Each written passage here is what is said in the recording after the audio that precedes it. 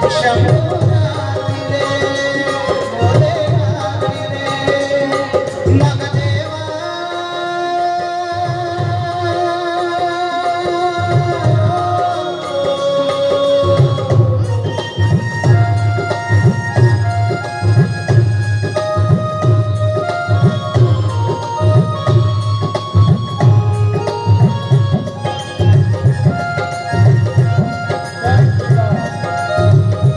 श्री राम।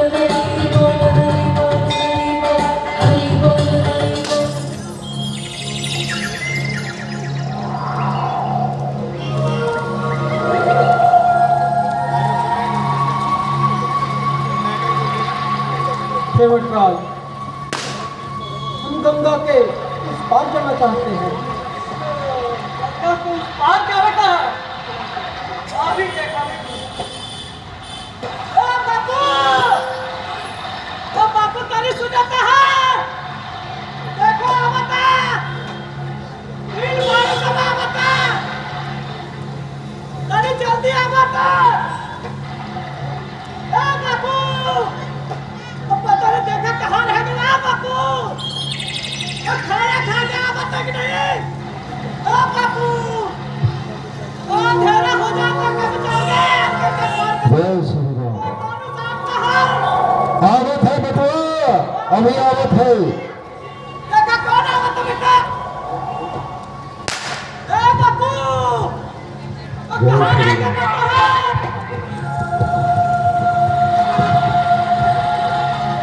अभी जल्दी आ मत है बापू। मैं देखा ना बापू बाबा के पास है। बाबा तो जल्दी।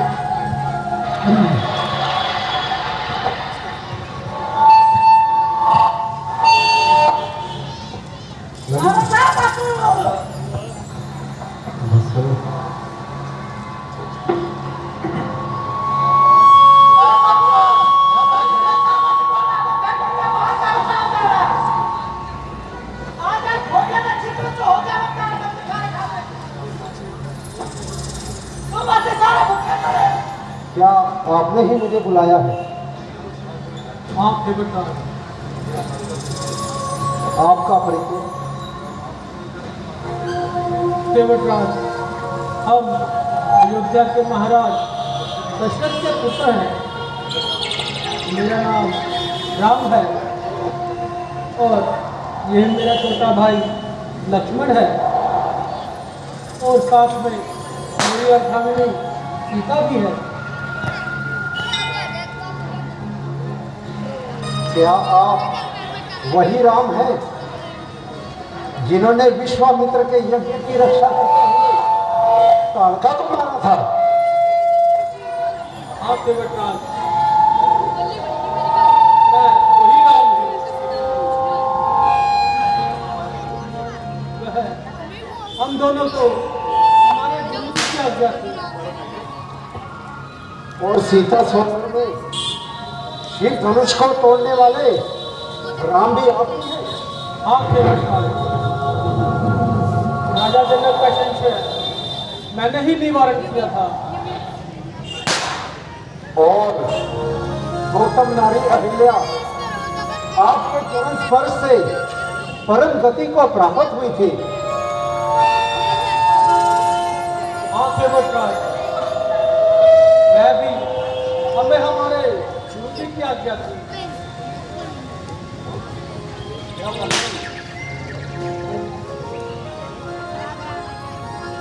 देवराज, आप क्या सोच रहे हो? यही प्रभु आज तक सोचता रहा, परंतु कर न सका, और अब करने का समय आया है तो सोच रहा हूं कि क्या करूं और क्या ना करूं। देवराज, आपकी यह पहेली मेरी समझ में ना आई। अभी बताता हूं प्रभु, मैं कैसे लाऊं नाम नाथ, सुनकर तबीयत घबराई है। इन चरणों ने श्री रघुवीर पत्थर की शिला उड़ाई है। जब शिला उड़ गई पत्थर की, मेरी तो काट की नैया है, और बालक के पतित करने को ये नैया एक खिवैया है। यदि मेरी नाव उड़ गई तो कैसे गुजर करूंगा मैं, और कोई भी काम ना जानता हूँ, भूखा प्यासा मरूंगा मैं। बच्चे लौका से पालता हूँ, नहीं दूजा कोई सहारा है। यदि कहना मेरा मान जाए तो लाना नाम गवारा है। देवराज, आप आखिर कहना क्या चाहते हो? यही प्रभु, यदि आपने गंगा मेरी नौका द्वारा गंगा पार जाना चाहते हैं, इसके लिए आपको मुझे 4 वचन देने होंगे। 4 वचन? लक्ष्मण, ये देवराज क्या कह रहे हैं? बस बस भ्राता जी, हो चुका तो हो चुका। माता जी से केवल 2 वचन मांगे थे, जिससे हमारी यह दशा हो आई, और अब ये ठेवट 4 वचन मांग रहा है। मालूम नहीं आगे क्या होने वाला है। भ्राता जी, मुझे लगता है कि जैसे माता कैकेयी ने इनके भेष में कोई भेदिया भेज दिया है, परंतु आप चिंता न करें। यदि हमें यह ठेवट अपनी नौका द्वारा गंगा पार नहीं कराएगा, तो मैं इसे एक ही बाण से दुनिया से पार कर दूंगा। लक्ष्मण शांत हो जाओ। ऐसे हम जब तुम्हारे मुख से शोभा नहीं देते। केवटराज, यह बच्चा है, इसकी बातों का आप बुरा मत मानना। कहो, आप क्या कहना चाहते हो? तो प्रभु, मैं अपना पहला वचन मांग रहा हूँ। गंगा पार जाना है, तुम्हें सुनो श्री रघुनाथ, चरण पखारूं मैं आपके, सत्य कहूँ मैं बात। जब तक ना चरण पखारूंगा तब तक नाता नहीं रहूंगा। रंग जब तक ना मिटे मन का तब तक नहीं नाम में बिठाऊंगा। तो आपको पहला वचन स्वीकार है प्रभु? हमें स्वीकार है केवटराज।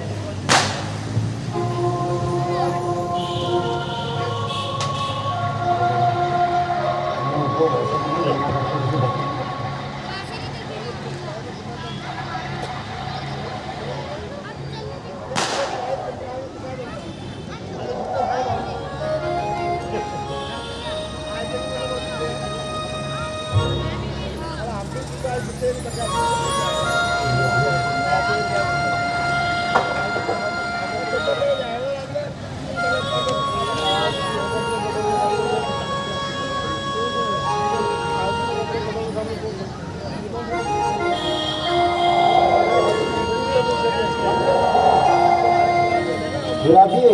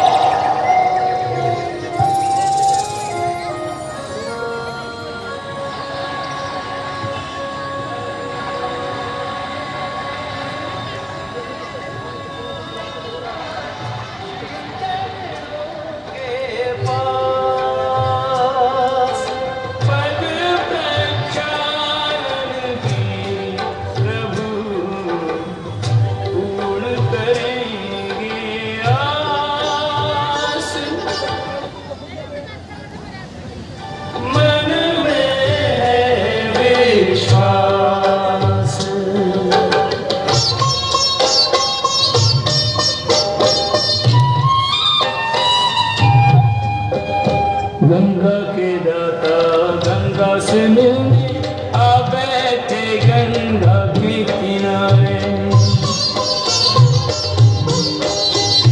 भाग्य में हो तो भाग्य विधाता घर आकर यूं भाग्य सवारे। जिन चरणों से बही गंगा,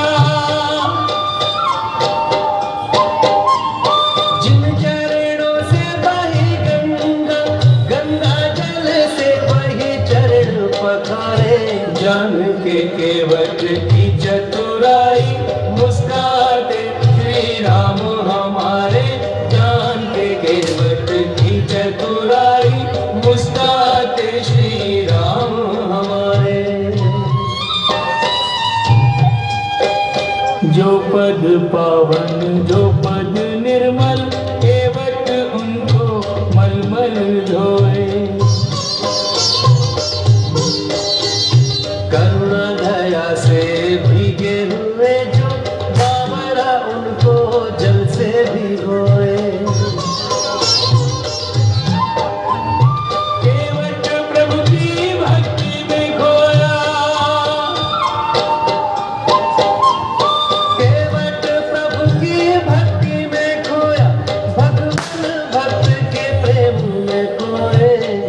पद जिसके हाथ लगे उसे भाग्य पैदा है, गर्व ना होए।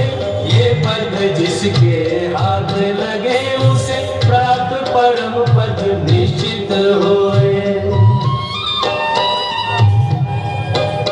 पद सेवा का लाभ ले कर चरणामृत पान, चरा बिठाने नाम में भगवती और भगवान, केवट चतुर सुजान।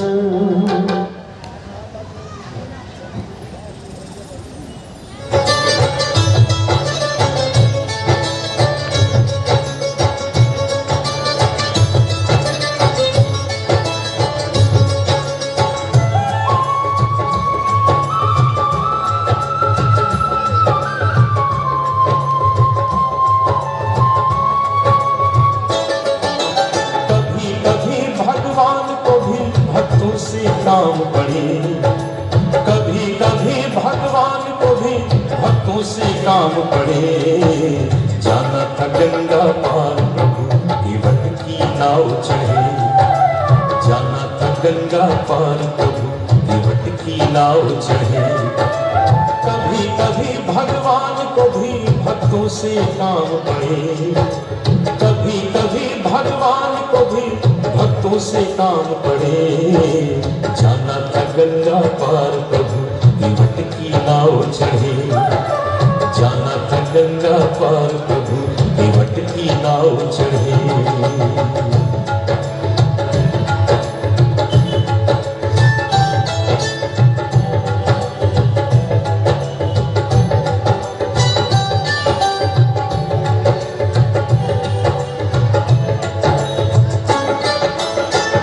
छोड़ प्रभु बन को धाये,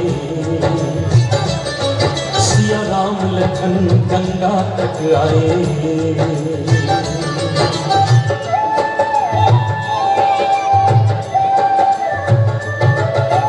अवध छोड़ प्रभु बन को धाये, सिया राम लखन गंगा तक आए। केवट मन ही मन हर्षाए, घर बैठे प्रभु दर्शन पाए। हाथ जोड़कर प्रभु के आगे केवट मगन खड़े। जाना था गंगा पार प्रभु केवट की नाव चढ़े, जाना था गंगा पार प्रभु केवट की नाव चढ़े। कभी कभी भगवान को भी भक्तों से काम पड़े। जाना था गंगा पार प्रभु केवट की नाव चढ़े, जाना था गंगा पार प्रभु। बोले मेरा पुरुषोत्तम भगवान श्री रामचंद्र महाराज की।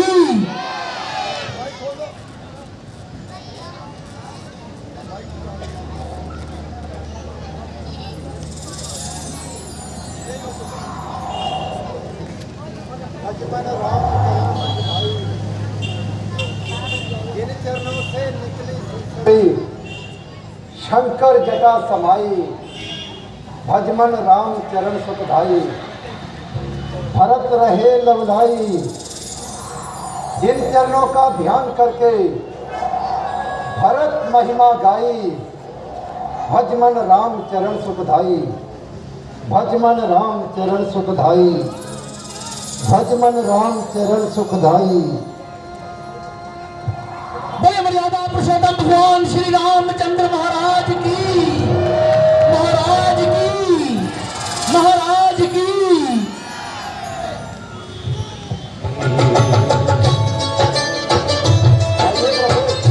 विषय अच्छा लगा तो एक बार जोरदार तालियों से स्वागत कीजिए, तालियों से।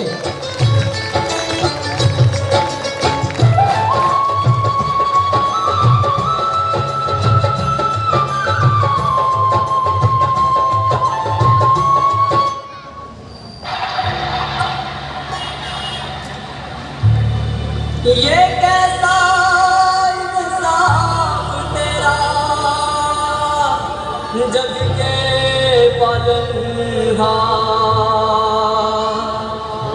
भव सागर के तुम ही खेवैया, तुम्हें करे हम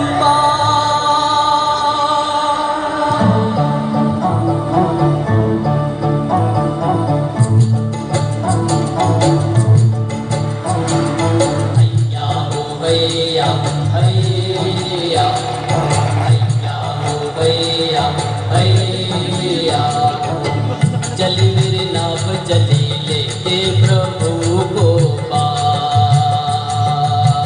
चली मेरी नाव चली लेके प्रभु को पार।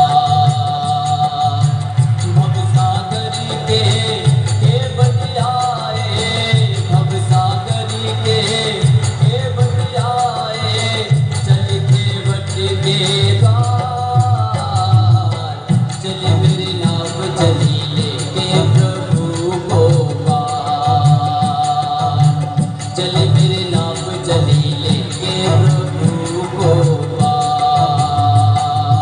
हैया हो भैया हैया, हैया हो भैया हैया।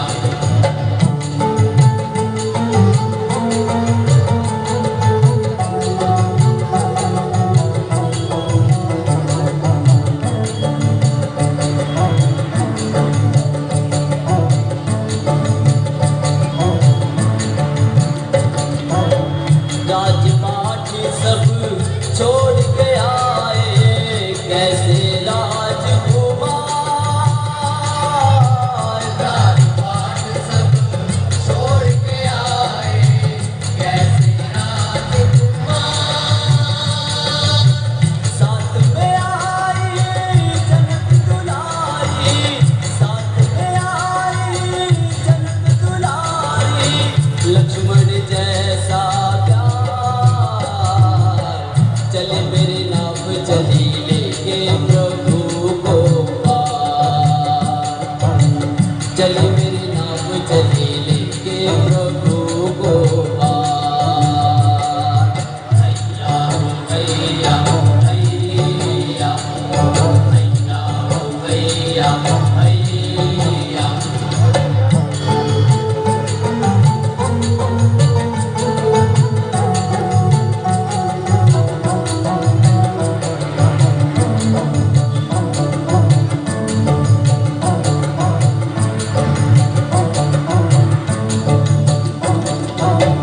नाव काठ की शंका हारी, बन जाए नानार।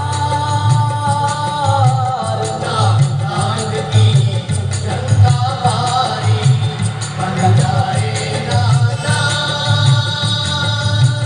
चरण धोए के पिलिया अमृत, चरण धोए के पिलिया अमृत, मिला मुक्ति का चले मेरे नाव चली लेके प्रभु को पार, चले मेरे नाव चली लेके प्रभु को पार। हैया हो भैया हैया, हैया हो भैया हैया, हैया हो भैया हैया, हैया हो भैया हैया, हैया हो भैया हैया।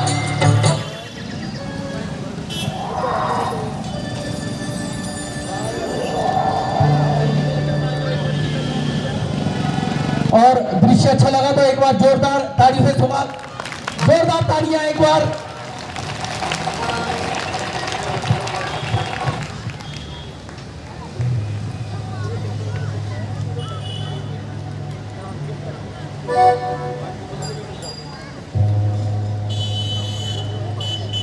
खेवटराज, इस वक्त हमारे पास और कुछ नहीं जो आपको भेंट कर सके। ये मुद्रिका लो, आप इसे स्वीकार कीजिए। प्रभु, मैं तो अपनी खुद ही मजदूरी मांग रहा हूँ। मेहनत जो की आज कर वो मैंने प्रभु अभी पाई है। जीवन की कमाई आज मिली जो विधाता ने मुझे दिलाई है आपकी मेरी एक जात, कुछ भेद नजर नहीं आता है। मैं भी केवट और आप भी केवट, नाता भी सच्चा नाता है।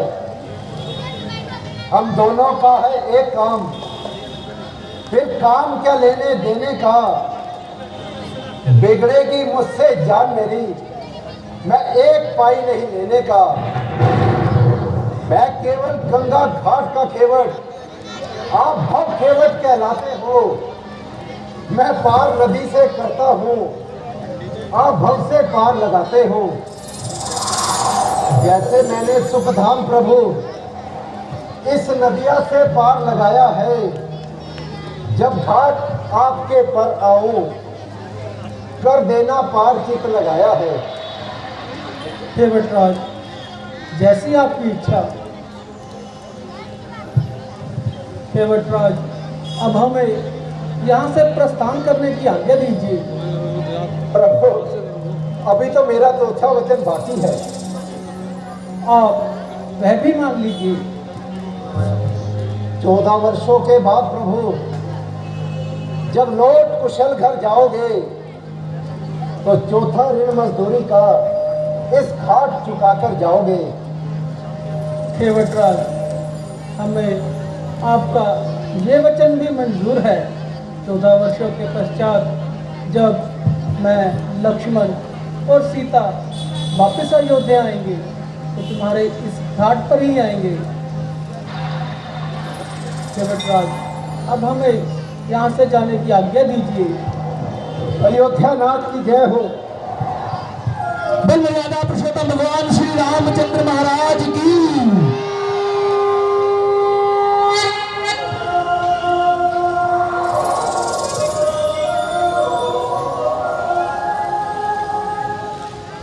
प्रभु, भूल मत जाना, हमारे इस घाट पर अवश्य आना। अयोध्या नाथ की जय हो, अयोध्या नाथ की जय हो, अयोध्या नाथ की जय हो।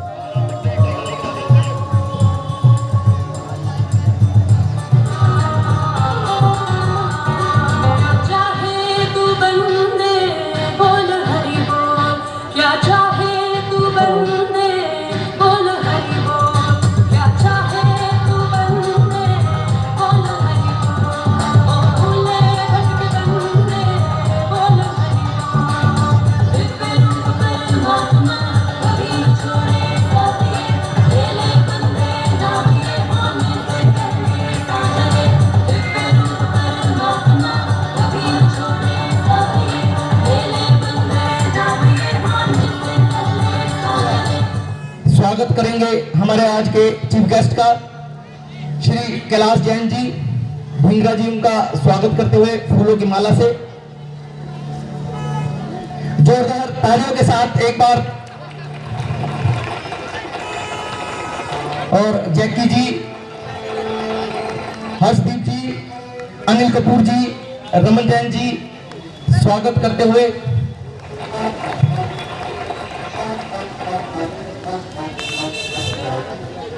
और इन्होंने अपना कीमती समय सभी महानुभावों ने हमारे स्टेज को दिया, हमारे मंच को दिया, हम इनका शुक्रिया अदा करते हैं जिस तरह से।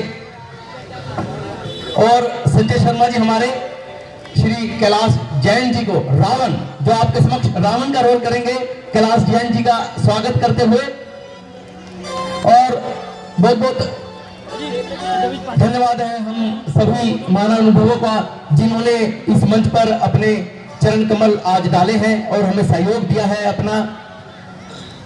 सभी का पूरी कमेटी धन्यवाद करती है, सभी महानुभावों का, उद्योग व्यापार मंडल का, जो व्यापारियों के लिए उनकी समस्याओं के लिए हमेशा खड़े रहे हैं। श्री कैलाश जैन जी जो कि प्रेसिडेंट हैं उद्योग व्यापार मंडल के, और नरेश जैन जी, सुशील जैन जी, विजय कुमार जी, अशोक कपिला जी और सतप्रकाश जी, सभी का बहुत बहुत धन्यवाद। और मैं चाहूंगा श्री कैलाश जैन जी दो शब्द हमारे मंच से। बोले श्री रामचंद्र जी महाराज की। एक बार जोर से फिर दोबारा से, श्री रामचंद्र जी महाराज की। आदरणीय इस कमेटी के प्रधान जी, डायरेक्टर जी और सभी जो कलाकार आयोजक हैं, इन्होंने आज मुझे यहाँ बुलाकर इतना सम्मान दिया। मैं इसके लिए बहुत बहुत तहे दिल से आभार व्यक्त करता हूँ, बहुत बहुत धन्यवाद व्यक्त करता हूँ।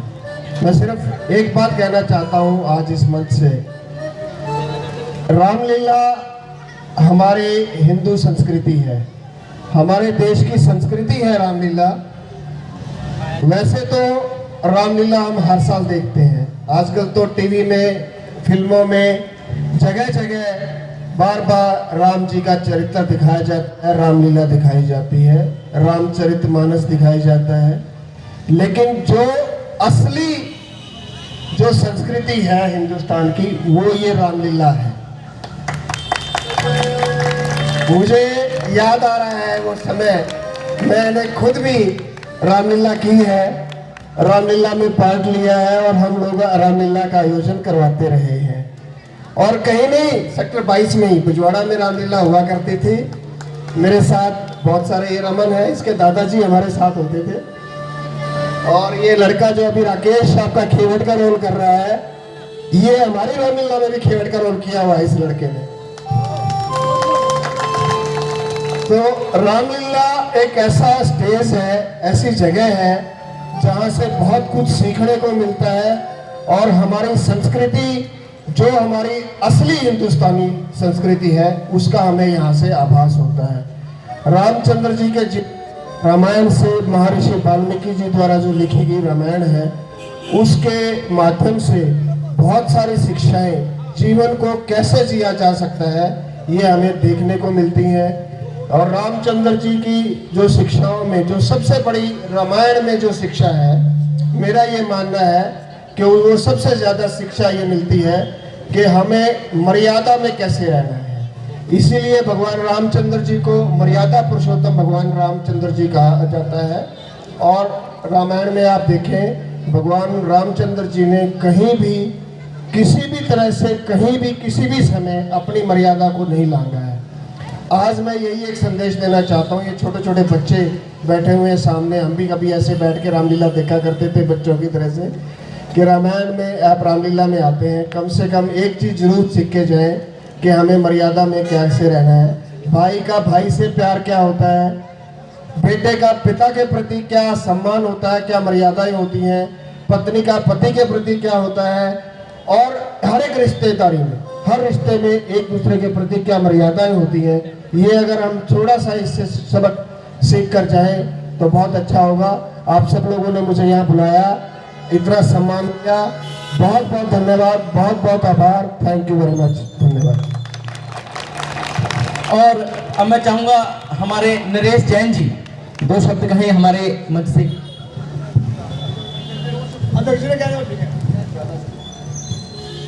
जय सिया राम, जय सिया राम, जय सिया राम, जय सिया राम।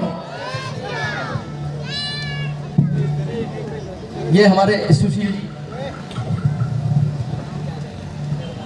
जय श्री राम। देखिए, दोनों हाथ खड़े करके पता चलेगा आप रामलीला में हैं। मेरा गला खराब है, उसके बाद भी आपके सामने आपसे ऊंची आवाज में बोलूंगा। एक बार जोर से दोनों हाथों से जय श्री राम। मैं सबसे पहले चंडीगढ़ रामलीला कमेटी के सभी पदाधिकारी, सभी कलाकारों को बहुत बहुत बधाई देना चाहता हूँ। आपने उद्योग व्यापार मंडल के प्रधान आदरणीय भाई कैलाश जैन जी और हमारी टीम को यहाँ पे बुलाया, मैं तहे दिल से आभारी हूँ। और बाकी भाई साहब ने जो कहा, मैं आपसे एक ही निवेदन करूँगा कि जो रामलीला हम देख रहे हैं, इसको अपने अंदर अपनाएं और यहाँ से कुछ न कुछ सीख के जाए, ताकि वाकई हमें ये लगे कि हम रामलीला में 22 की रामलीला में गए थे और वहाँ से कुछ न कुछ सीख के आए हैं। धन्यवाद। जय हिंद, जय भारत, जय श्री राम। बोले मर्यादा पुरुषोत्तम भगवान श्री रामचंद्र महाराज की। अब मैं चाहूंगा सभी हमारे महानुभाव से आप सर अपना आसन ग्रहण करें। अगला दृश्य हमारा बिल्कुल तैयार है। बहुत बहुत धन्यवाद आप सभी का, आपने हमें अपना कीमती समय दिया है।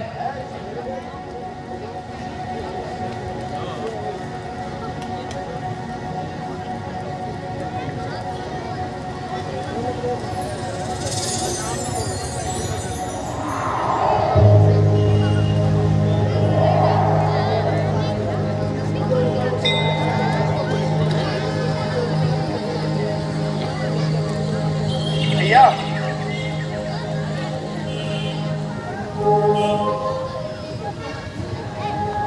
भैया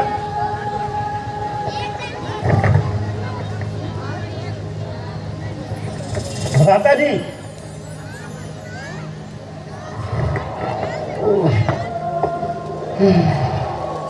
आज आप किस सोच में डूबे हैं? कुछ नहीं शत्रुघ्न, ऐसे ही बैठे बैठे अयोध्या का ध्यान आ गया। कहते हैं घोर का सपना सच होता है। पहले मैं भैया राम के बारे में दूर स्वप्न देखता रहा। आज मैंने पिताजी के बारे में एक दूर स्वप्न देखा। क्या भैया? भैया वास्तव में मुझे भी पिताजी और अयोध्या नगरी बहुत याद आती है। पर बताओ ना, क्या स्वप्न देखा आपने? शत्रुघ्न, ना जाने आजकल दिल बहुत उदास सा रहता है। कई दिनों से मेरी बाईं आंख भी भड़क रही है। भगवान भली करे अयोध्या में सब कुशल मंगल हो। हाँ भैया, मेरा मन भी बहुत बेकार सा रहता है। और हमें यहाँ आए कई दिन हो गए और अयोध्या से अभी तक कोई समाचार भी नहीं आया। मुझे तो ऐसे जान पड़ता है कि अयोध्या से निकलते ही सब लोग हमें भूल ना गए हों। नहीं भैया, ऐसी बात नहीं। फिर हमें यहाँ आए अभी दिन ही कितने हुए हैं? अच्छा छोड़ो इन बातों को, पहले तुम ये बताओ, अयोध्या जाने के लिए तैयार हो? जी भैया, आपने मेरे मन की बात कह दी। अयोध्या के लिए तो मेरा मन बहुत बेचैन है।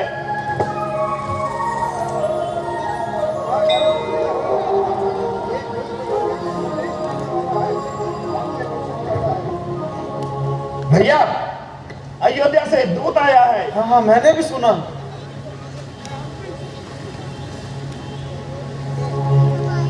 राजकुमार की जय हो।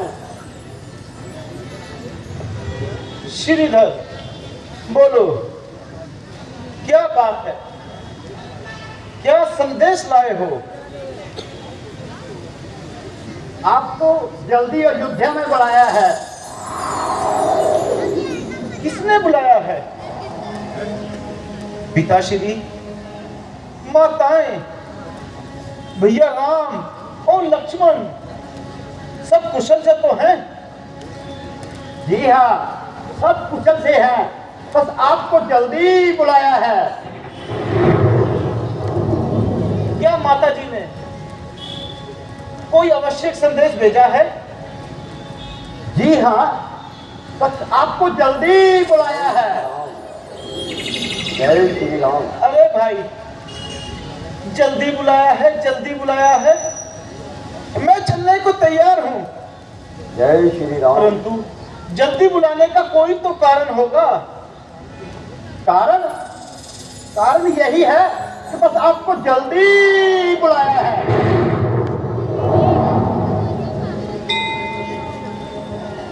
जल्दी बुलाया है, जल्दी बुलाया है। क्या तुम्हारे पास और भी कुछ भी कहने को नहीं? श्रीधर, तुम स्पष्ट क्यों नहीं बतलाते? वहां का क्या समाचार है? कौन सी ऐसी बात है और ऐसी कौन सी घटना घट गई जो तुम इतने उतावलेपन से एक ही वाक्य के तत्व लगाए हुए हो? जी मैं इससे अधिक कुछ नहीं जानता, बस आपको जल्दी बुलाया है।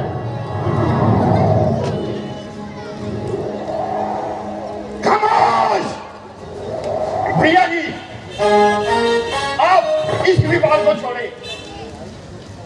शायद हमें पिताजी ने किसी खास कार्य से बुलाया हो। जी हाँ, यही तो मैं भी कह रहा हूं कि आपको जल्दी बुलाया है। फिर वही वाक्य, मेरी यह वाक्य दोबारा दोहराया तो मैं बड़े पान खींच लूंगा। शत्रुघ्न, जाने दो। क्षमा भैया। अब हमें अधिक देर नहीं करनी चाहिए। आओ चलकर नाना जी से आज्ञा ले लें। जी भैया।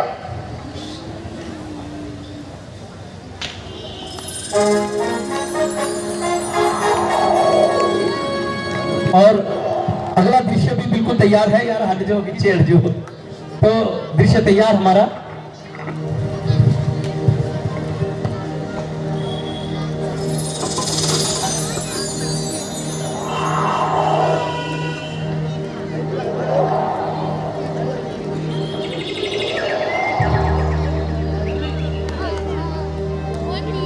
नाना जी प्रणाम। जीत रहो मेरे नाल।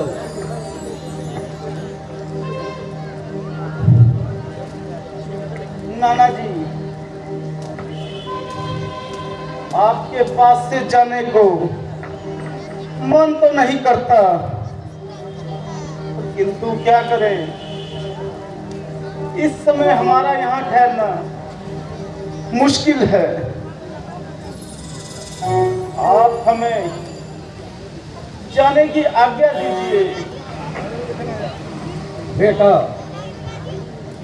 जबकि मैं तुम दोनों को एक पल के लिए भी अपनी आंखों से दूर नहीं करना चाहता, मगर इस वक्त आप दोनों को मैं रोक नहीं सकता। मैं चाहता हूँ कि आज कुछ दिन और ननिहाल में रह लेते और मेरे दिल को भी चैन आता। और अभी अभी तो आए हो और अभी ही अयोध्या जाना चाहते हो, मगर क्या करूं, मजबूर हूं अपनी जिद से। अब अयोध्या से दूर संदेश लेकर आया है तो मैं रोक भी नहीं सकता। इसलिए बेटा, अयोध्या पहुंचते ही अपनी और अयोध्या की कुशलता का समाचार जल्दी ही बुला देना। जो आज्ञा नाना जी। चिरंजीव रहो मेरे नाम।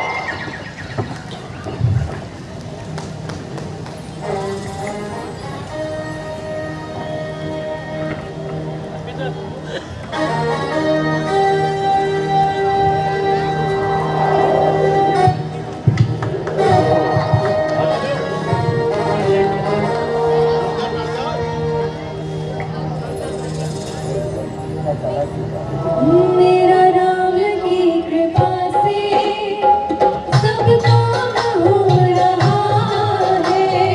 मेरा राम की कृपा से सब काम हो रहा है। करते हो मेरे राघव, करते हो मेरे राघव, मेरा राम हो रहा है।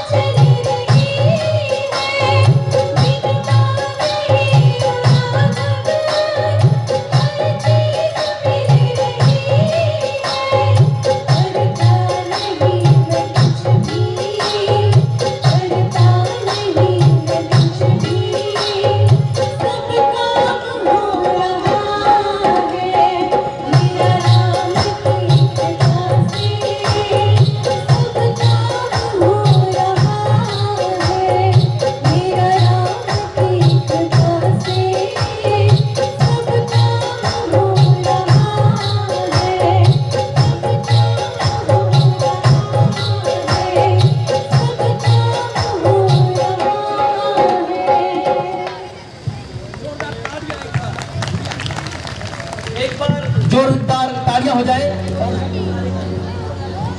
जय श्री राम, जय श्री राम।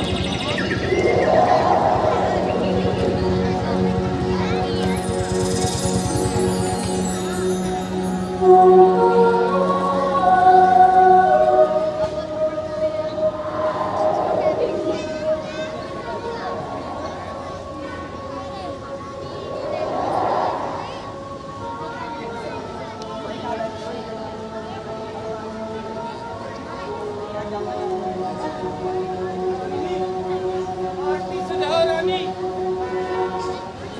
तेरा पुत्र अयोध्या का राजा भरत महलों में प्रवेश कर रहा है।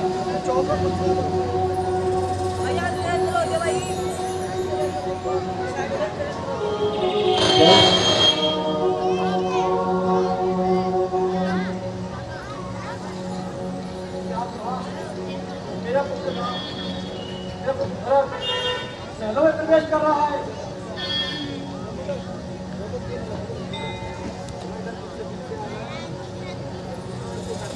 हाँ रानी,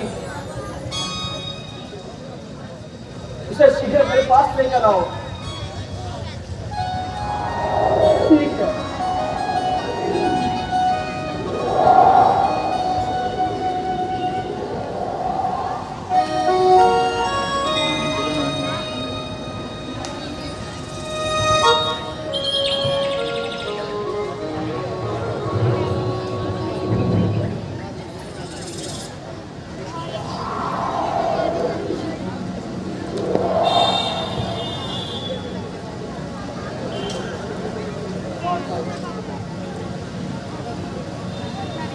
माता जी, माता भीड़ हो मेहमान, कहो तो सफर कैसा रहा?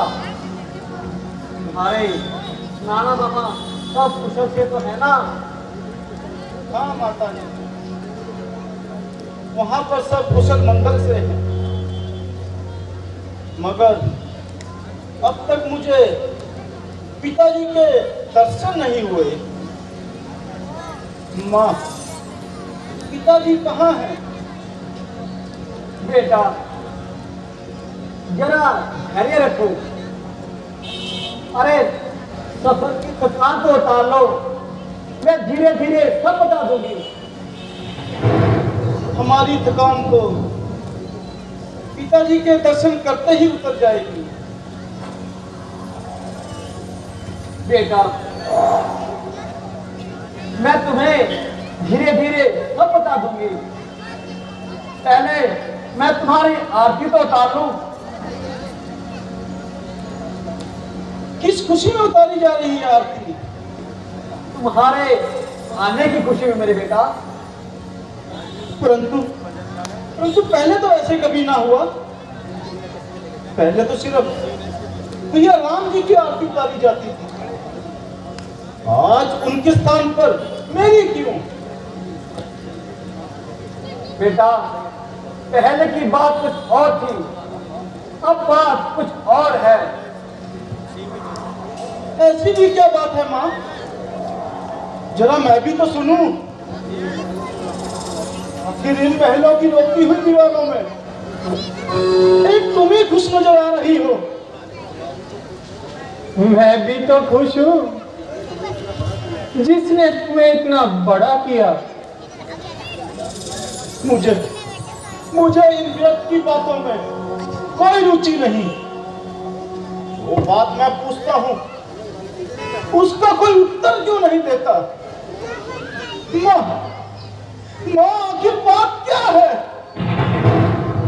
बेटा मैं कह तो रही हूँ, तुम्हें धीरे धीरे सब बता दूंगी।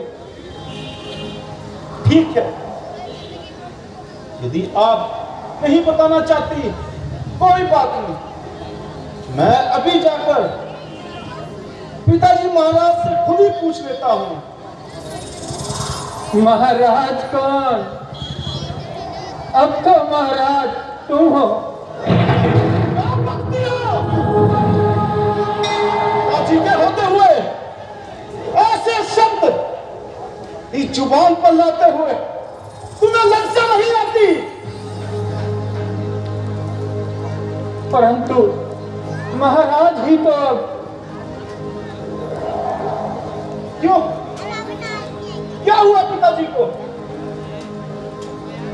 माँ कहाँ है पिताजी? क्या बताऊं बेटा, तुम्हारे पिताजी का स्वर्गवास हो गया।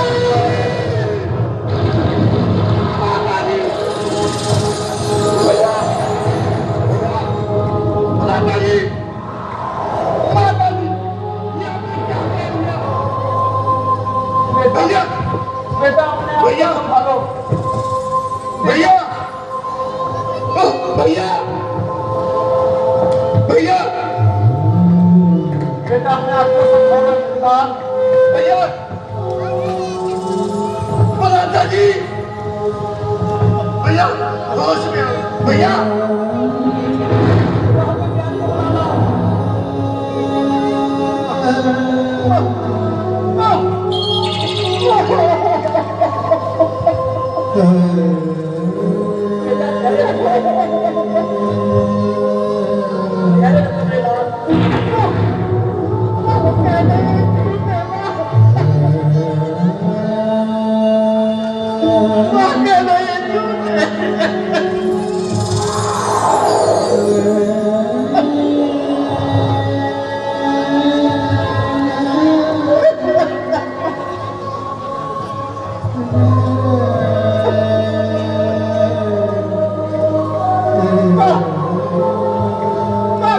पिताजी को कुछ नहीं हुआ माँ कह दो पिताजी को कुछ नहीं हुआ। राजा जी बेटा धैर्य से काम लो। पिताजी अभी तुम्हें बहुत से कार्य करने के बाद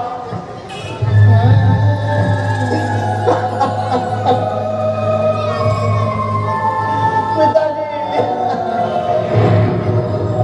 आप हमें किसके सहारे छोड़ गए? मैं तो इसी आशा में था पिताजी, भैया श्री राम का राज्याभिषेक बड़ी धूमधाम से कर रहे होंगे और इसमें मुझे शामिल होने का मौका मिलेगा, यही आशा लेकर मैं मामा जी के घर गया था।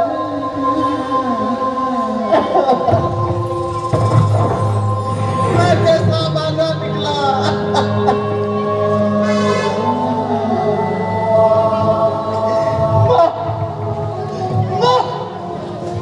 माँ मुझसे अब ये ना सह जा रहा। माँ पिताजी को क्या कष्ट था? उनकी मृत्यु कैसे हुई?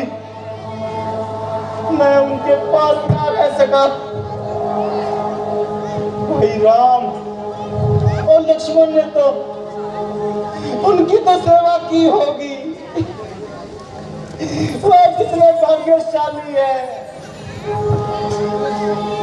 मैं बड़ा भागा निकला था।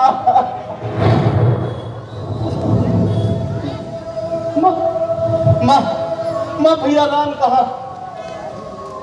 अब राम ही मेरे लिए पिता है, वही मेरे गुरु होंगे। मैं उनके श्री चरणों को पकड़कर आशीर्वाद लेना चाहता हूँ माँ। और माता जी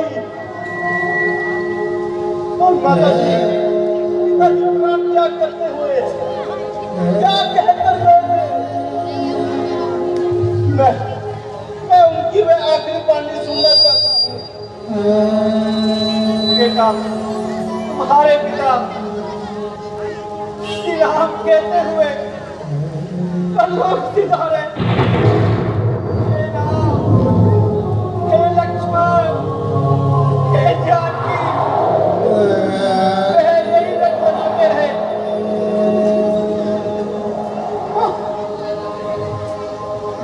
मैं बड़ा अभागा हूँ कि राम लक्ष्मण को जाते हुए देख रहा हूँ। क्यों? ऐसा क्यों और लक्ष्मण उस समय कहाँ थे मां? उन्हें पिताजी क्यों नहीं देख पाए? मेरे प्यारे भरत, राम तपस्वी के वेश में वनों पर चला गया और सीता और लक्ष्मण भी दोनों उनके साथ चले गए।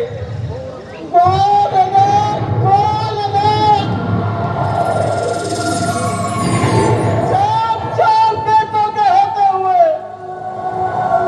अंतिम समय में एक भी बेटा पास में ना रह सका। अंतिम समय कोई भी कंधा ना दे सका। परंतु माता जी, श्री रामचंद्र जी को वनों में क्यों जाना पड़ा? आपने उन्हें रोका क्यों नहीं? मैं रोकती कैसे? मैंने तो रोक क्यों गई? आगे बोलो, आगे बोलो मां। वास्तव में बात यह थी कि महाराज राम को राजा बनाना चाहते थे। अरे मुझे तो कानों कान खबर भी ना थी। मैं तो भला हूं बेचारी मंत्रा का, इतने समय रहते ही मुझे आगाह कर दिया और महाराज से मैंने 2 वर मांग लिए। मेरी पहली मांग, बेटा तुम्हें राजा बनाने की थी, मैं ये कैसे मान लेती? एक बेटा राज्य करे और दूसरा दर बदर की ठोकरें खाए। ये तुम क्या कह रही हो? हाँ बेटा, मैं ठीक कह रही हूँ। और दूसरे वचन में मैंने राम के लिए 14 वर्षों का वनवास मांग लिया।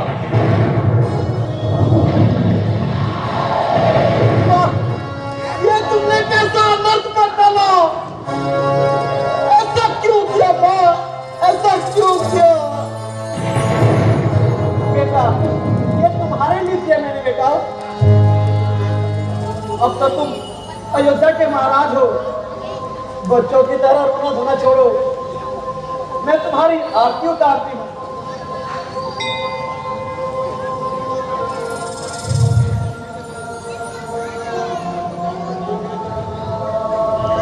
मुझे नहीं चाहिए ये राजपाट। और घर उजाड़ कर रख दिया और तुम्हें राजपाट का चाव चढ़ा है। यदि पहले मालूम होता तो आज तक ना जाने क्या हो जाता। अगर महारानी कौशल्या तेरे खून की प्यासी है, मगराम तेरी लड़ाई हुई आगे है। सारा घर बर्बाद कर दिया। मैं अभी तेरी खबर लेता हूँ।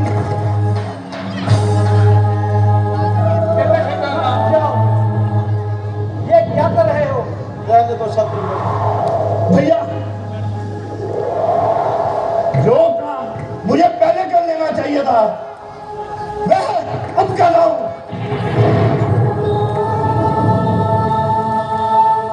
अब मैं आऊंगी। भाई अब तो जो कुछ होना था वह तो सब हो चुका। राम नहीं, मेरे लिए नहीं, पर तुम्हारे लिए तो मैं हूं ना। स्त्री जाति पर हाथ उठाकर अपने इस कुंड पर कलंक का टीका कभी मत लगाओ। क्षमा भैया, माफ कर दो मुझे भैया।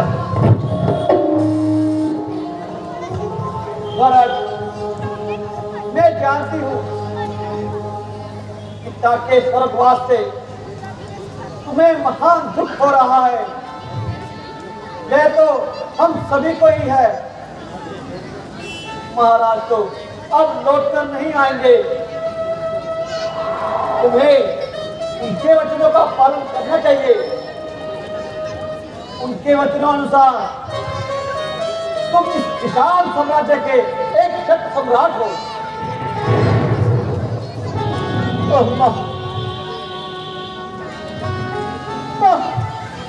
तूने मेरा भला नहीं किया, तूने सिर्फ नाश कर दिया।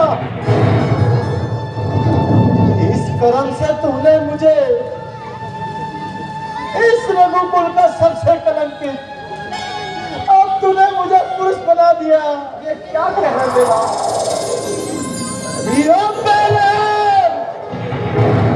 मुझ पर दया इतनी सी तुम कर देती,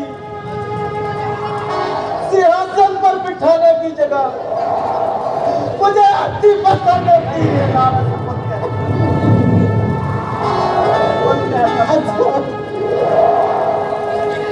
अच्छा तो यही होता कि जिस दिन मेरा जन्म हुआ उसी दिन अपने हाथों से मुझे गला घोट के मार मेरे ये तुम क्या कह रहे हो?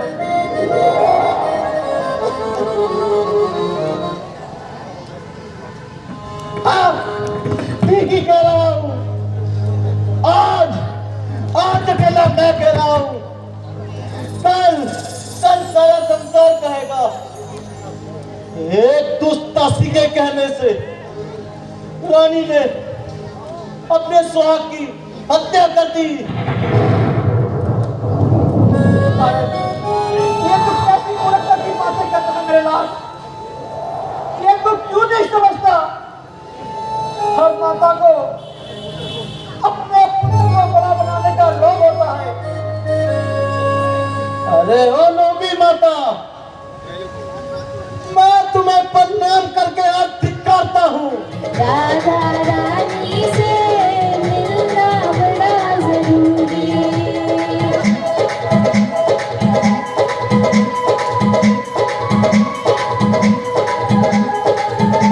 मीठी मीठी तालियों के साथ दोनों हाथ उठा के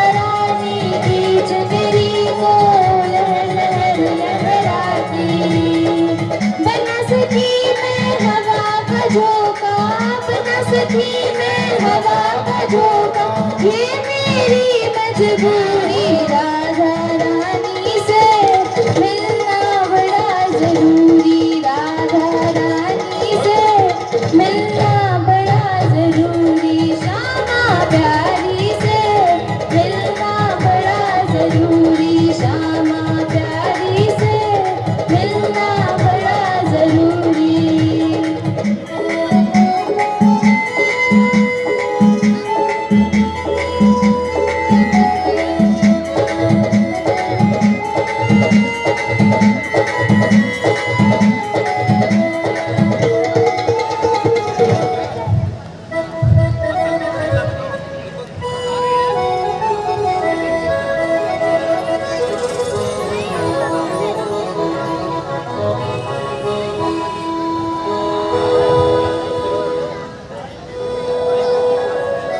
माता जी प्रणाम।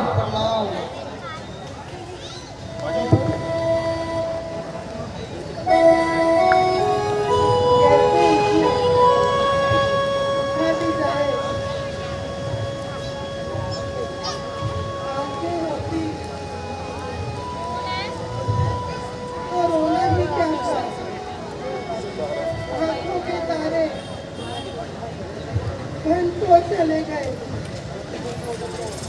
माता जी, माता जी, मैं हूँ भरत।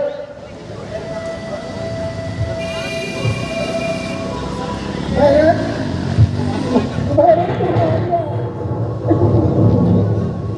भरत तू आ गया। मैं तेरा ही रास्ता देख रही थी। शत्रुघ्न, माता जी, पुत्र, तुम आगे। जय श्री राम। कोई नहीं है।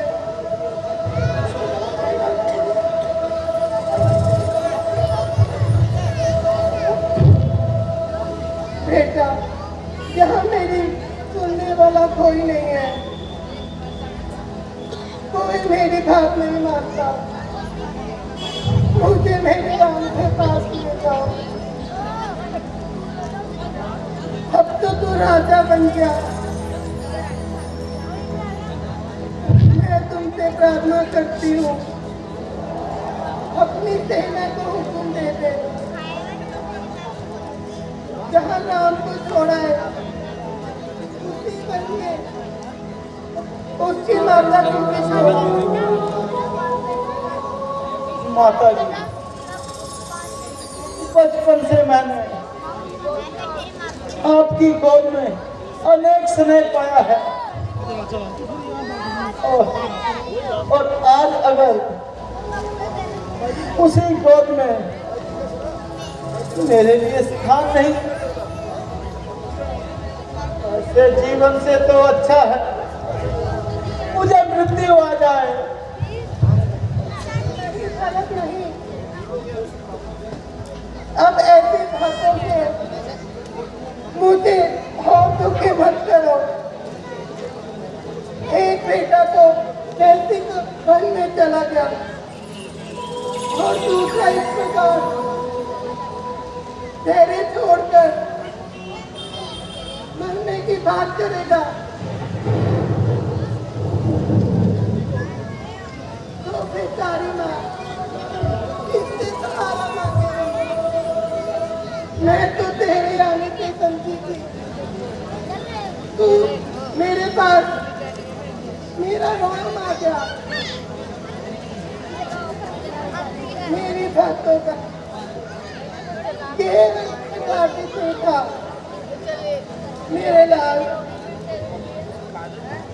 मैं किस बात पर संदेह करूं, परंतु वहाँ की आत्मा दूसरे पुत्र की ओर चाहिए। एक पुत्र तो पिता की आज्ञा से राज्य संभालेगा तो माँ का ही क्यों वनवासी पुत्र के लिए तरसेगा।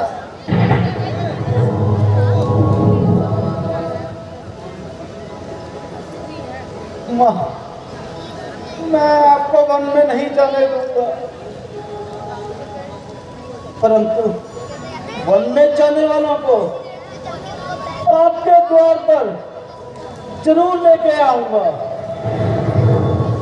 ऐसे सपने मुझे मत दिखाओ भरत, मुझे मत दिखाओ। इस सपने को सच करना ही माँ अब मेरा कर्तव्य है। मैं कल प्रातः काल राम भैया की खोज में वनों में जाऊंगा। माँ वह मेरी प्रार्थना जरूर स्वीकार करेंगे। भरत की ये फैली हुई झोली खाली नहीं लौटाएंगे। देखे बिना प्रभु के चरण दुख पा सकते नहीं प्राण मेरे। मैं हृदय की कहता हूँ, राम बिना मेरा कल्याण नहीं। इसलिए माता जी आप दीजिए मुझे आज्ञा, मैं राम के पास जाऊंगा। श्री चरणों पर दर्शन करके हृदय की प्यास बुझाऊंगा। नहीं भरत नहीं, मैं राम को अच्छी तरह जानती हूँ।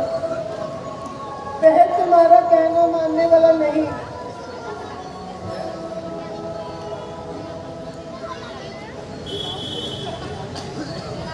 ठीक है, यदि रामचंद्र जी नहीं आएंगे तो आज मैं भी प्रतिज्ञा करता हूं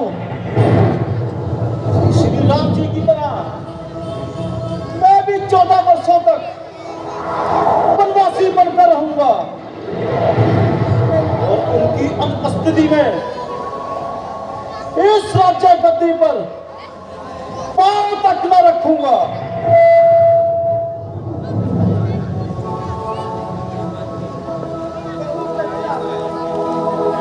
यदि तुम्हारा यही है तो मैं भी खा जाऊंगी। आइए आइए माता जी।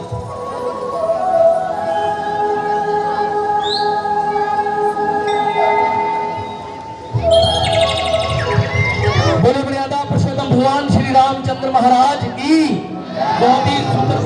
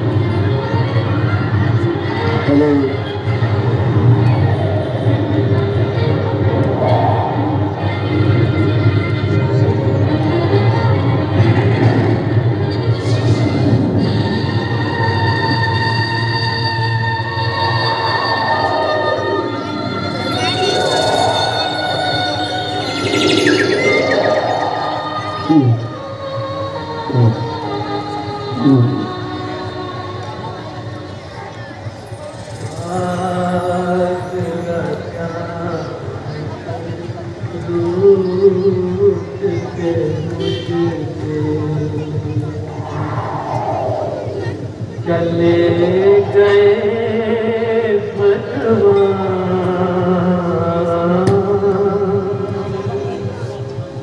कोई मेरी मदद करो रे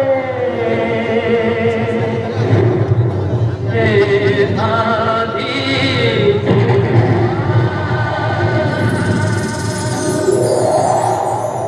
सब मनमानी कर सकते हैं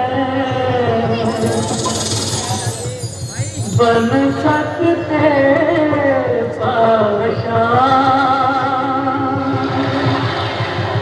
कैसे पत्थर बनूं कहाँ मैं दुर्बल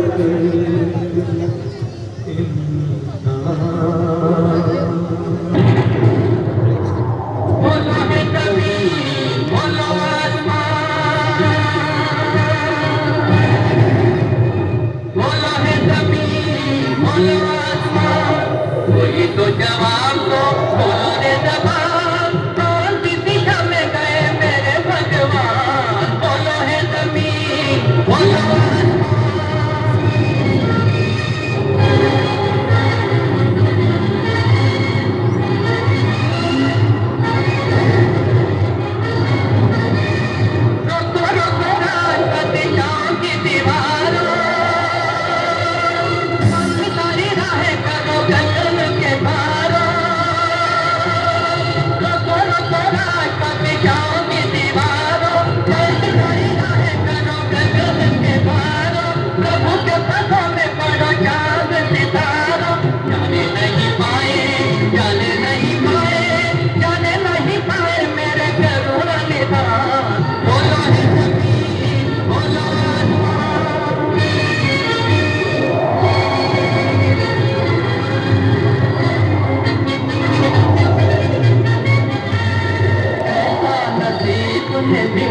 दिखाया सब कुछ पाते भी कुछ ना पाया मेरे जैसे भाग ही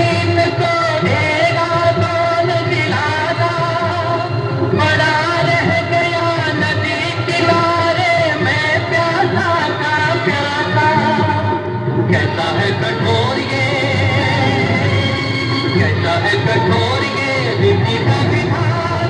कौन सी दिशा में गए मेरे भगवान, बोलो है कबीर बोलो आसमान। कहाँ गए मेरे भगवान,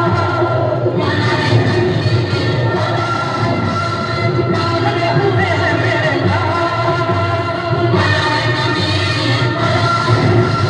कोई थोड़ा थोड़े मेरी जान, जिंदगी है आज परेशान, दुनिया हुई है वीरान।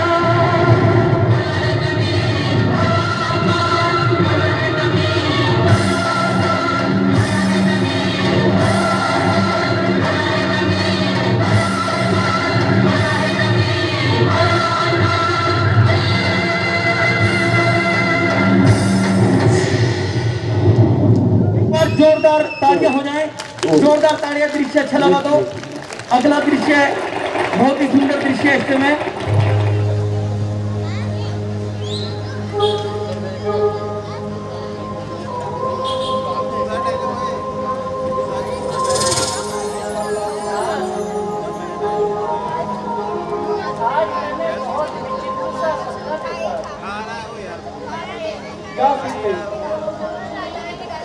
मैंने देखा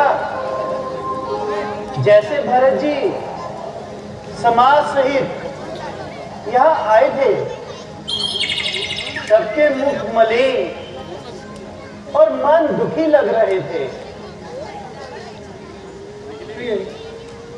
यह स्वप्न तो शुभ नहीं दिखाई देता। मुझे तो भरत की चिंता है, वह हमारे वियोग में रोगी भी हो सकता है। भाभी, मैं जंगल से लकड़ियां काट कर लाता हूँ। तुम शीघ्र ही वापस आना। हम कुछ चिंतित हैं कि आज सीता ने दुस्वप्न देखा है। कैसा स्वप्न भाभी? यही कि भरत दुखी है। उसे काहे का दुख? उसका तो अब तक राज्याभिषेक भी हो गया होगा और राजा बनकर आनंद से रह रहा होगा।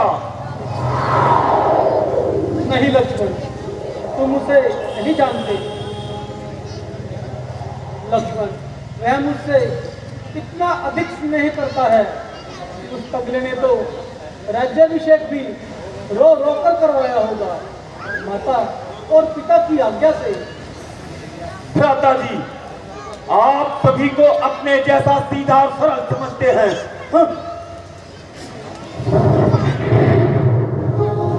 लक्ष्मण को बचपन से ही भरत से लड़ाई करता है। उन दोनों में आपके प्रेम के प्रति स्नेह और स्पर्धा है।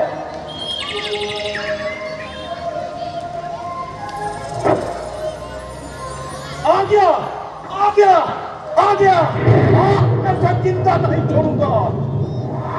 किस दूर तक आ गया है?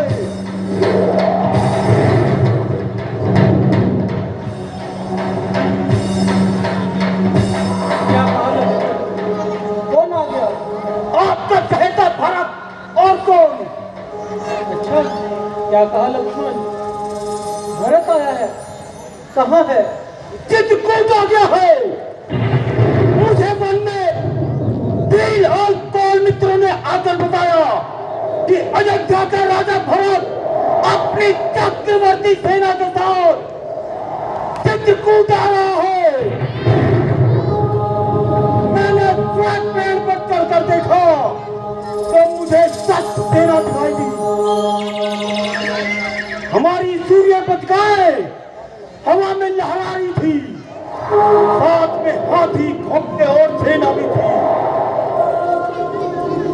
भ्राता जी, इसका अर्थ है कि भरत अपनी पूरी शक्ति के साथ आक्रमण करने आ रहा है।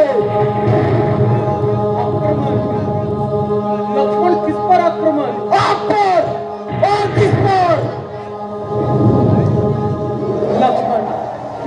फालतू की बातें कर रहे हो।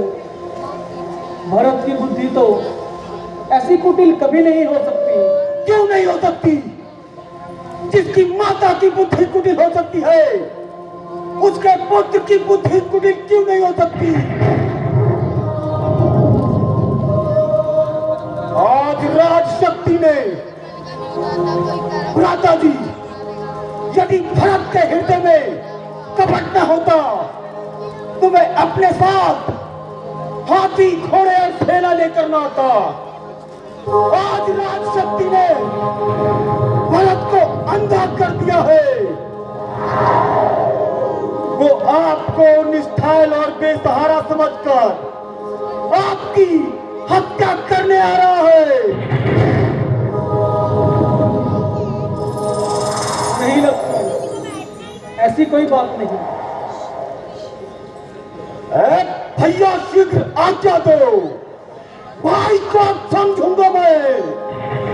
अन्याय न्याय पर होता है, ये कैसे होने दूंगा मैं।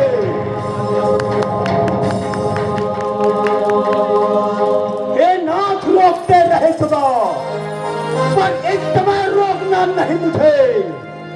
सौगंध आपको है मेरी, एक समय टोकना नहीं मुझे। यदि पुत्र सुमित्रा का हूं मैं, तो उसका कर्म मिटा दूंगा। श्री राम दुहाई पृथ्वी पर क्षण भर में उसको छुड़ा दूंगा।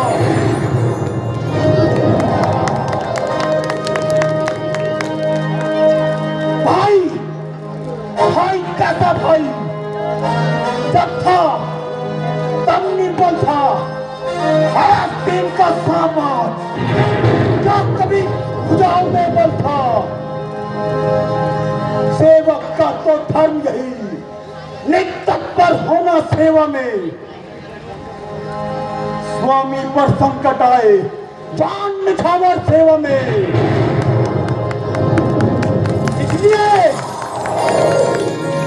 इसलिए आप में धन्य है और धन्य में बाढ़ चढ़ रहा। शत्रुओं सवाल चाओ रण में, अब लक्ष्मण का क्रोध कर रहा।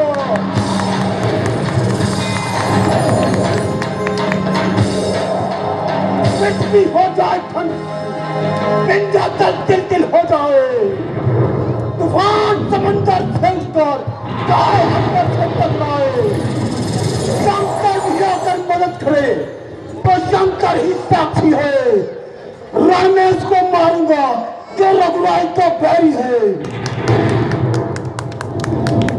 लक्ष्मण, जो उचित और अनुचित का भली भांति विचार किए बगैर किसी भी कार्य को जल्दी में करते हैं, वह बाद में पछताते हैं। लक्ष्मण, मुझे तुम्हारी वीरता पर कोई भी संदेह नहीं। तुम क्रोध के आवेश में आकर भरत को अवश्य मार सकते हो, परंतु जब तुम्हें पता चलेगा कि भरत पर तुम्हारा क्रोध मिथ्या था, तो क्या फिर तुम उसे फिर से जीवित कर सकते हो? परंतु भैया, जो आंखों से दिख रहा है उसे आप संदेह कह रहे हैं। लक्ष्मण, कभी कभी आंखों से देखा हुआ भी सत्य नहीं होता। राजमत का प्रभाव साधारण मनुष्य को हो सकता है, इंद्र जैसे देवताओं को हो सकता है, परंतु भरत का स्थान तो देवताओं से भी ऊंचा है। वह एक महामानव के रूप में मानवता की परिसीमा है। लक्ष्मण, जिस प्रकार खटाई की एक बूंद से क्षीर सागर का जल नहीं फट सकता, इसी प्रकार अयोध्या तो क्या त्रिलोकों का राज्य भी भरत को दे दिया जाए तो उसे राजमत नहीं हो सकता। आपके इसी साधुपने ने हमारे हाथ में आया हुआ राज्य खो दिया। सारी प्रजा आपके साथ थी।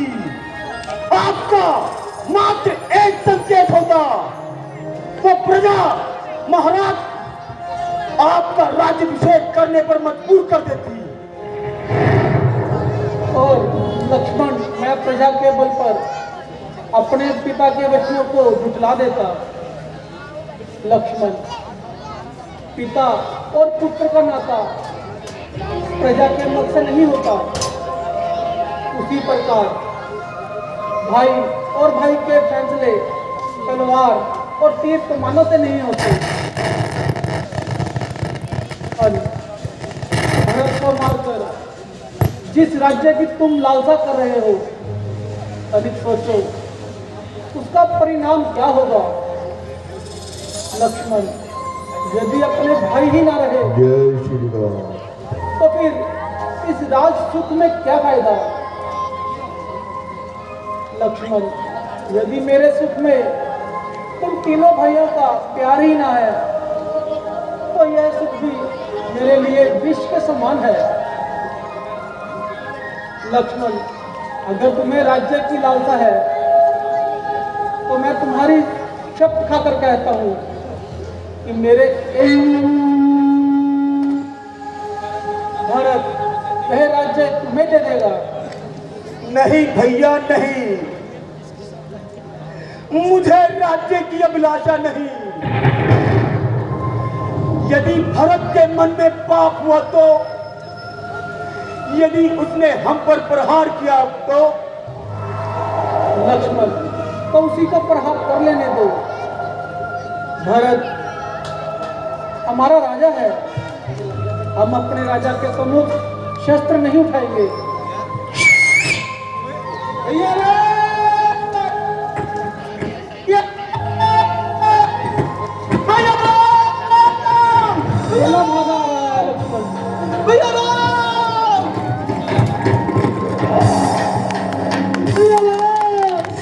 जोरदार तालियां भरत और राम का मिलन।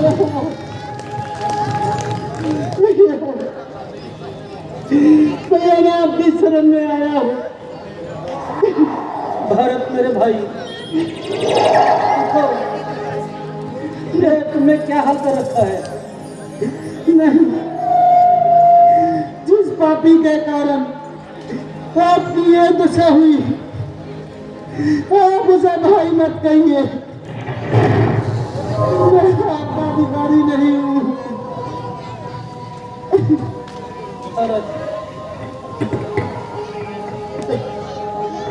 ये तुमने अपना क्या हाथ रखा है। मुझे क्षमा कर दीजिए भाभी, मैं एक निर्लज की भांति आया हूँ।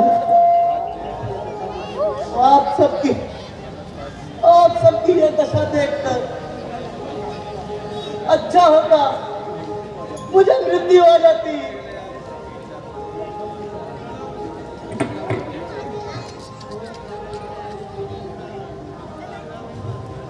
भ्राताजी, मुझे माफ कर दीजिए। नहीं लक्ष्मण, नहीं, मैं इस योग्य नहीं कि तुम मुझे प्रणाम करो। मेरे मन में पाप नहीं, मैं स्वयं मूर्तिमंत पाप हूँ, जिसके कारण भैया और भाभी और तुम्हारी ये दशा हो गई। पापी को प्रणाम मत करो। मुझे माफ कर दो भैया, मेरे मन में आपके प्रति दोष आ गया था और मैंने आपके ऊपर धनुष उठाया। वो बाण क्यों नहीं चलाया? वो बाण चला देते तो मेरा बहुत बड़ा उपकार होता। मैं भैया के सामने ये कलंकित मुख लेकर मैं आज नहीं खड़ा होता। मुझे मेरी कुलघातनी माता का मुझे दंड मिलना चाहिए। भरत, माता के लिए ऐसे बुरे शब्द कहना भी पाप है। भरत, तुम तो धर्म के अवतार हो। मेरी माता के लिए मैं तुमसे ऐसे शब्दों की उपेक्षा नहीं कर सकता। भैया, इस परिस्थिति में मेरी तो बुद्धि मारी गई है। मेरे शब्दों क्षमा कर दो। मैं अपने पापों का प्रायश्चित करने आया हूँ। नहीं, तुम किसी भी प्रकार का ख्याल अपने मन में मत लाओ। लक्ष्मण, भैया को आराम से बिठाओ।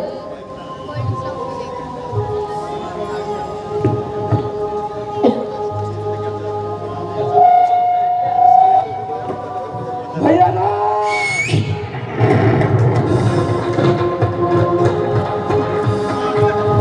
भैया ना, भैया ना, भैया ना। शत्रुघ्न, मेरे छोटे भाई, माता जी का नाम। जीवी रहो।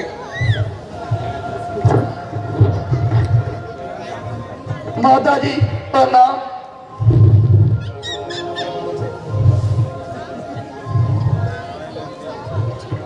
भ्राता जी प्रणाम।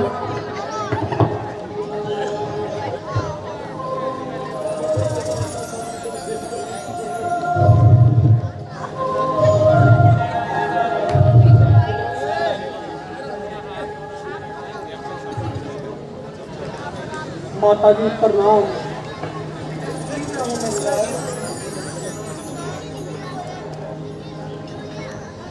माता जी प्रणाम।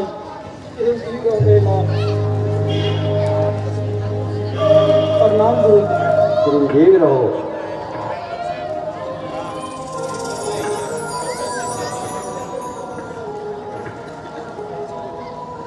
माता जी, आपने इस कदर इस प्रकार दूर आने की तकलीफ की थी। माता जी, आप बोलते क्यों नहीं? कहिए, तबीयत तो ठीक है? हाँ, मैं ठीक हूँ। बेहतर हो। आज मैं अपने निर्णय की राह पर केवल लज्जित हूँ। तो इनके आगे किसी का आवाज नहीं चलता। आज मैं पापी हर एक की नजरों में गिर चुकी हूँ। माता जी, आप किसी भी प्रकार का ख्याल अपने दिल में मत लाए। यह तो होली का चित्र है। जो होना है वो तो होगा ही। आपका तो केवल एक बहाना है।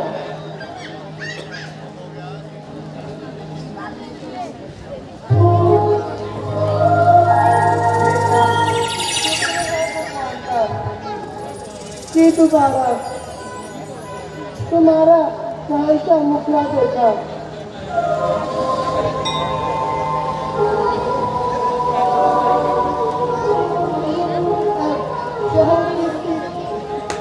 आपका है कि अंत में तुम्हारे पिता माता जी, यह आप क्या फरमा रही हैं?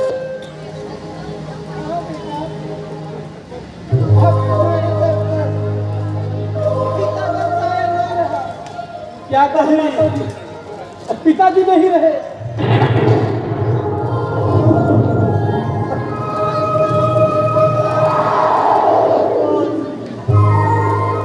हम अपने पिताश्री के अंतिम दर्शन भी ना कर सके। विधाता ना जाने हमसे कौन से जन्म के बदले ले रहा है। बेटा राम, जरा धैर्य से काम कीजिए और अपने आप को संभालो। माता जी, यह सब कब और कैसे हुआ? इधर तो उधर में स्वर फुसला है। हाय अफसोस, ये गर्दिश हमारे पीछे क्यों पड़ी है।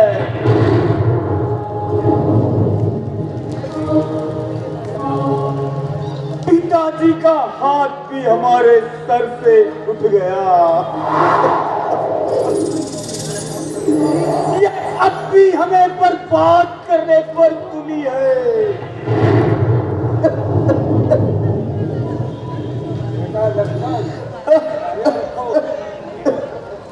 उन्हीं को कौन रोक सकता है।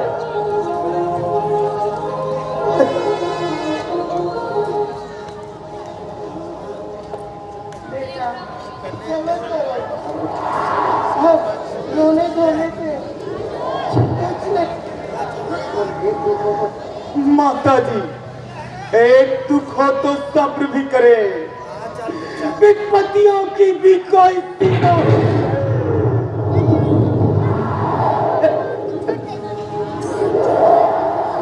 सबर करने के सिवा अब तुम्हारे पास कोई चारा भी तो नहीं मेरे लाल। महाराज ने तो अब वापस नहीं आना।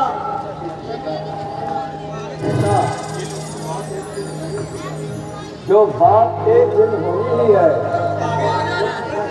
उसका अफसोस करना तो बेफिजूल है। जो पैदा हुआ है उसे एक दिन मरना ही है। इसलिए ऐसे व्यर्थ विचार दिल से निकाल दो। बेटा भरत, तुम ही इन्हें समझाओ और अपने आने का कारण बताओ। आइए।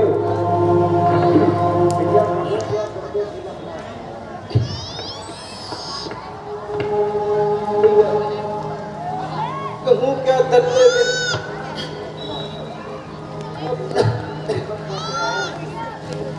मुसीबत का सताया हूँ।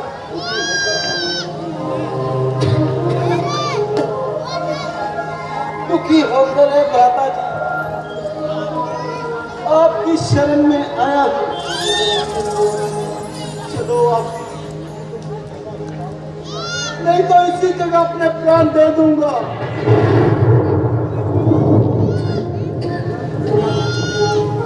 अकेले ना घर में जानेगी, मैं कसम खाकर आया हूँ। आप चलकर संभालो अयोध्या नगरी को, जगह चरणों में दो मुझको। करो इतनी सी दया मुझ पर, भला मैं किस दिल से बुलाया हूँ। प्यारे भरत, तुम्हारा स्नेह जो मेरे साथ है उसे मैं स्वयं ही जानता हूँ, मगर क्या करूँ, शास्त्र की आज्ञा और धर्म से मैं मजबूर हूँ। भरत, इस कारण मैं 14 वर्षों के लिए तुम्हारी आंखों से दूर हूँ। अगर ऐसा ना करूँ, ना केवल मेरी आत्मा को कष्ट होगा, बल्कि पिताजी का भी पुण्य प्रताप और यश हमारी बदौलत नष्ट हो जाएगा। बहुत अच्छा, अगर आपका यही धर्म है तो भरत के लिए भी तो सबसे बढ़कर यही शुभ कर्म है।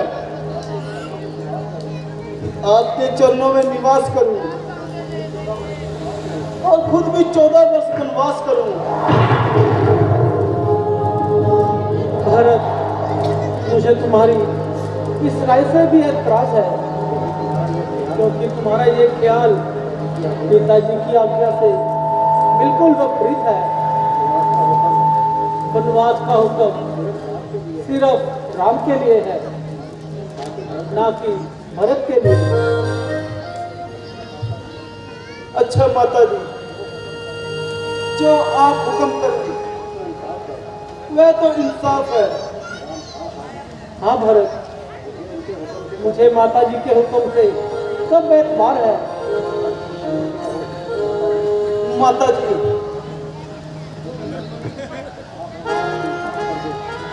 माता जी, अब आप ही हमारा इंसाफ कर दो और इस मामले को साफ कर दो। मेरे बच्चों, मेरी खुशी इसी में है कि तुम दोनों अपने अपने धर्म का पालन करो। बस ये फैसला ठीक है। माता जी का हुक्म हमें कबूल है। भैया भरत, यह केवल तुम्हारी भूल है, बल्कि माता जी का फैसला मेरे ही अनुकूल है, क्योंकि पिताजी के आज्ञा और उनकी आज्ञा का पालन करना धर्म का पहला ही असूल है। माता जी, आप खुले शब्दों में फरमा दीजिए और आपस का झगड़ा मिटा दीजिए। बेटा, तुम दोनों कौशल्या के नेत्र हो। मेरे पुत्रों, अच्छा था कि तुम आपस में फैसला कर लेते और मुझे तकलीफ ना देते, किंतु मेरे मुख से कहलाते हो तो साफ शब्दों में सुनना चाहते हो तो 14 वर्षों के लिए घर अयोध्या में रहे तो राम वनवास करे। हाय क्या करूं, भरत को तो हर तरफ से मजबूर किया जा रहा है यार, बहुत जबरदस्ती आपके श्री चरणों से दूर किया जा रहा है। बहुत अच्छा है, पर आप इतना कृपा कीजिए, ये अपनी खड़ाएं मुझे दे दीजिए, मैं इनको अपने साथ लेके जाऊंगा और सिंहासन अयोध्या पर सजाऊंगा। मगर इस बात का ध्यान रहे कि 14 वर्षों से एक भी दिन अधिक लगाया तो भरत को जीवित कतई न पाएंगे।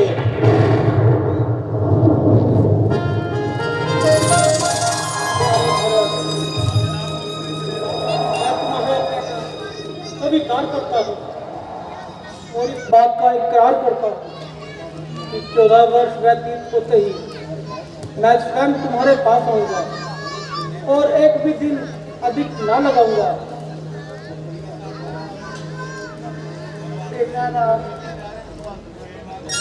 मैं तुम्हारे बिना नहीं जी सकती, तुम्हारे बिना अयोध्या अयोध्या नहीं,